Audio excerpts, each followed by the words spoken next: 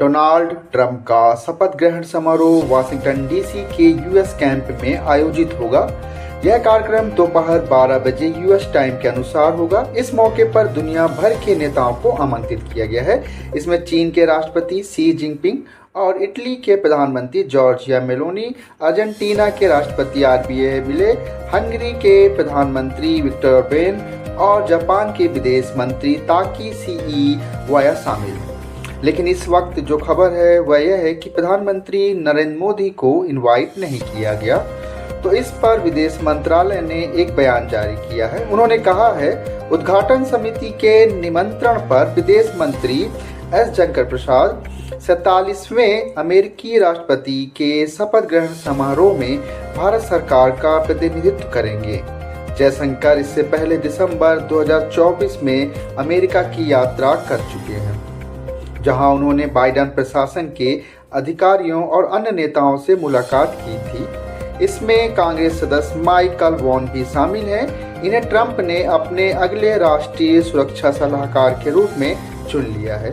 यह भी गौरतलब है कि शपथ ग्रहण समारोह में प्रधानमंत्री नरेंद्र मोदी को निमंत्रण नहीं दिया गया। हालांकि अमेरिका के भारत में राजदूत रिकॉर्ड सेटी ने इस पर कहा है, यह ज़्यादा महत्वपूर्ण है कि पीएम मोदी और राष्ट्रपति ट्रंप की पहली बैठक कब होगी। मुझे यकीन है कि पीएम मोदी ही जल्द ट्रंप से मुलाकात करेंगे। इसके अलावा इस साल भारत में कोर्ट समिट का आयोजन होगा। इससे पहले भी ट्रंप के आने की संभावना है। We love to see India's growth and its assurance to ensure that global trade routes are secure. We love to see India's growth and its assurance. चीन और अमेरिका के बीच जारी तनाव के बावजूद ट्रंप ने व्यक्तिगत रूप से चीन के राष्ट्रपति शी जिनपिंग को शपथ ग्रहण के लिए निमंत्रण दिया।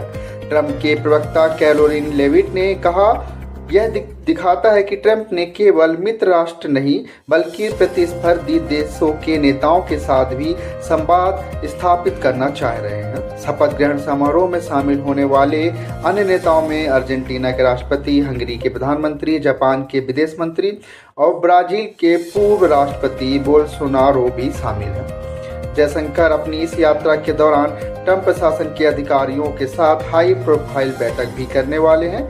वीजा मुद्दे, व्यापार विवाद और राजनीतिक साझेदारी पर चर्चा शामिल है। भारतीय विदेश मंत्रालय ने वीजा प्रक्रिया पर एक बयान जारी करते हुए कहा, भारत अमेरिकी आर्थिक संबंधों के तहत डिजर्विंग कैंडिडेट्स का आगमन एक अहम पहलू है। यह सहयोग दोनों देशों के लिए लाभदायक है और इसे और गहरा करने की आवश्यकता भी है।